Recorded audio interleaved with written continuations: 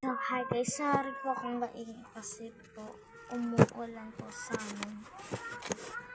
So, binigyan po ko ng kaklase ng sticker. Kaso po ang kuri po ito, isa lang po yung binigay sa akin. Pero po, may good news po ako sa inyo.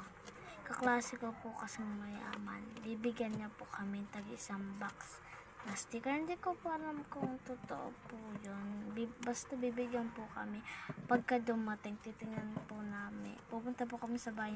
Unbox po namin dun. Tapos, dito ko na din po yung unbox. Parang nakabox pa din po siya. So, ito binigay niya sticker sa akin. Pero, hindi naman siya, kuripot.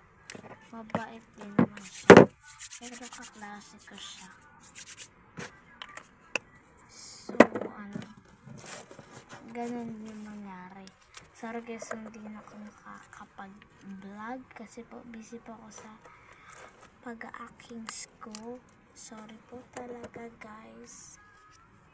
Babawi na lang po ako sa inyo. So, baka short lang tong ma-video. Sasabihin ko na lang po sa inyo kapag binigay na po sa amin yung ibibigay na sticker.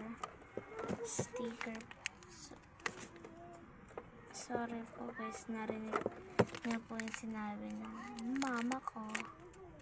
Hindi naman po kami super rich. Ganito, medyo rich lang po kami. Yung iba naman kaklase nagsasabi mayaman daw sila pero maliit lang po yung bahay nila. So may ginawa po pala akong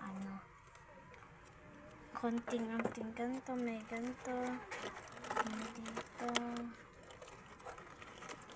Ang tirong naman po ito. So guys, ayun lang po yung maikukwento ko lang po sa inyo. So hi guys.